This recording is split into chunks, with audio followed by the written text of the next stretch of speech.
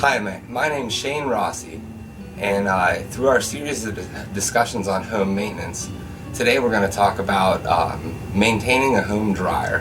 Whether it's gas, electric, they all require routine maintenance. Aside from just cleaning the lint trap that you should be cleaning every time you do a load of laundry. Probably twice a year it's recommended that you should clean out the dryer vent. Now, there's a slew of materials that can be used in a dryer vent, and because this is a relatively noisy procedure, you're going to see these through a series of pictures. Most commonly, you're going to see the semi-rigid type vent, which is best used in short distances. If you're going any type of length, it should be done in hard, rigid, galvanized vent pipe. Similar to an exhaust. Now you want to ensure that your connections run male to female, meaning they insert to the next piece, like so, as it exits. That way, there's nowhere for the lint to catch or get trapped. Also, those connections shouldn't be screwed, as you'll often see in like a furnace or a hot water tank, for instance. You want to make sure those couplings are seamless as much as possible. And to secure the pipe together, you want to use foil tape, as often seen in furnace installations, flue pipe, dryer vents, etc. So, I mean, any length of dryer vent should be done hard piped if at all possible. If not, then this semi-rigid V-vent style works adequate. Now there's brushes that they make that you can stick up in here and brush this out. Now I find if you keep up with it and you do it frequently enough and you have a long enough hose on your shop vac, then you can just snake that hose up in there and knock it around a bunch, and that seems to do a pretty adequate job. Also, you want to take care on the external of the house. You want to vacuum that out, make sure that all the lint's out of there. Also, the connection right here at the dryer, that out of the way, right here at the dryer where you remove your dryer vent. You want to make sure you vacuum that out, as well as these vents back here, as they're just air vents that cool the equipment down. Now, before you get started, you want to make sure that you unplug the equipment and you shut off the gas if it's a gas appliance.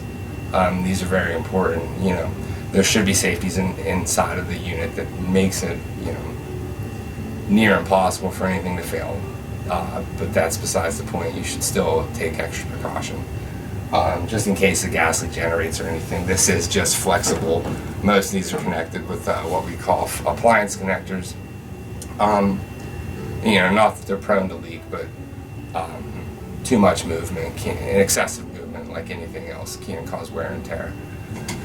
On the outside of the house and the exterior of the house, you're going to have, there's several types of vent or penetrations that we call them.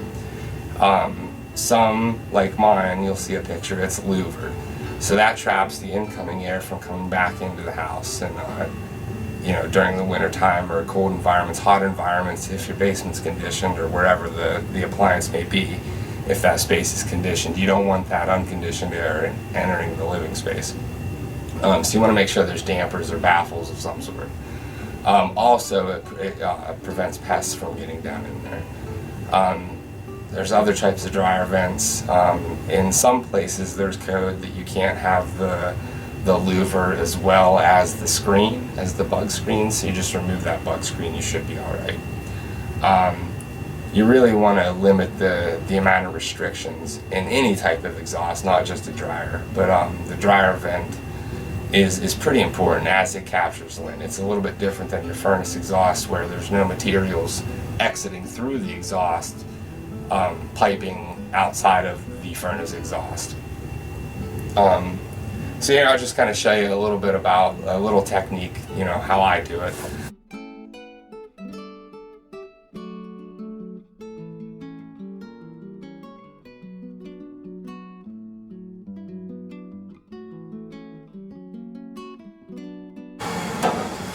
that's pretty much all there is to it. Your rigid vent shouldn't collect too much lint.